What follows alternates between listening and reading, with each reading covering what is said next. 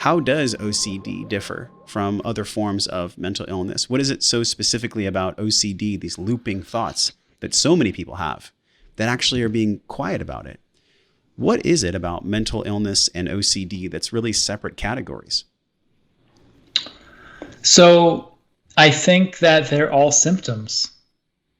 And OCD is a symptom. ADD is a symptom. ADHD is a symptom. Anxiety, depression, those are just two sides of the same coin. But they're all symptoms of mental constructs that we use as a way of avoiding parts of ourselves that we're not yet ready to experience and reintegrate. So if you think of thinking as the language of the mind and feeling as the language of the body, we use thinking as a way of avoiding feeling. They're complementary antagonists.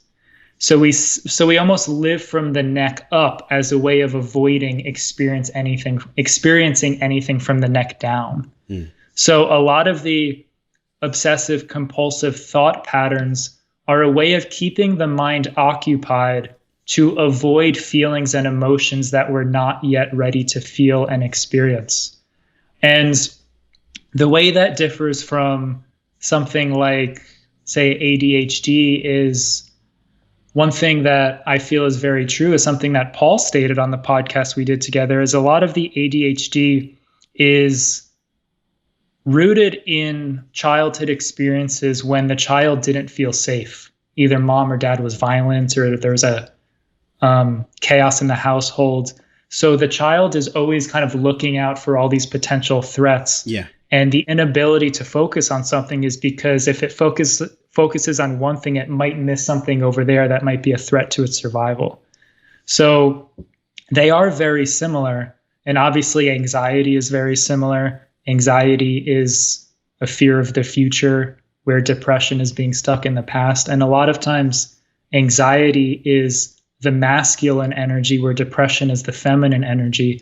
And we usually start with anxiety and we burn that energy out to a certain degree that we then rebound into depression because we don't have the energy to look outward anymore. So then we close down and shut down inward.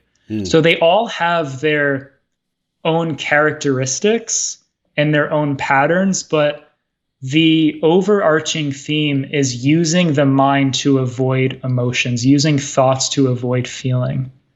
And the feelings that we're avoiding, the parts of ourselves that we're avoiding, are usually tied to the wounds that we experienced during some sort of trauma. Let's pause right there, because if you're watching this live, immediately share this with somebody who is struggling with OCD, because the way that you just differentiated that, if people really listen to that and do the work to apply it and embody it, that can change someone's life. Just that one awareness. It changed yours.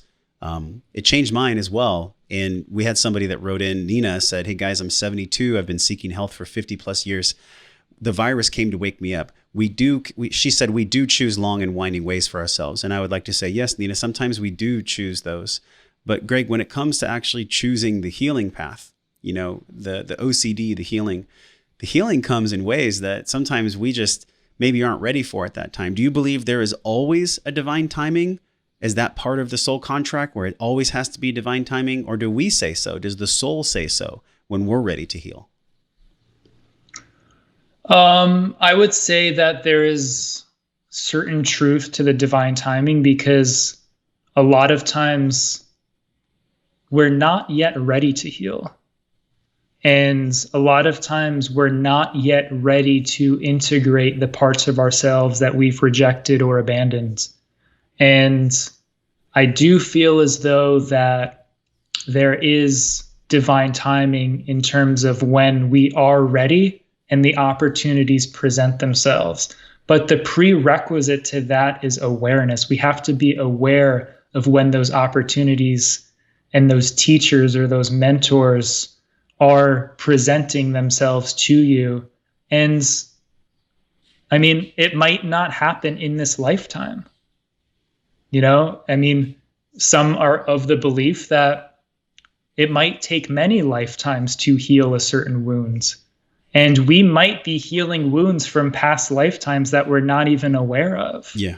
So we can obviously entertain that perspective, but in terms of this lifetime, I do believe that there is divine timing in terms of when we are ready to heal and when the opportunity to do the work and have the awareness presents itself. Have I gotten rid of everything? No, but I don't have the desire to get rid of anything because I've integrated it. If I've integrated it into my being, and I know that it's the greatest teacher I've ever had. My OCD was the greatest spiritual teacher I've ever had. It's the only reason I can really understand how the mind works and how consciousness works. Yes. So the idea of can we heal it 100% is yes, but the healing it 100% is the acknowledgement that I'm not here to get rid of it. I'm here to integrate it. So it doesn't become something that we get rid of. It's something that we integrate into our being. So paradoxically, by carrying it with us, we heal it 100%. By saying, can I get rid of it for good? You're still engaged in it. Yeah.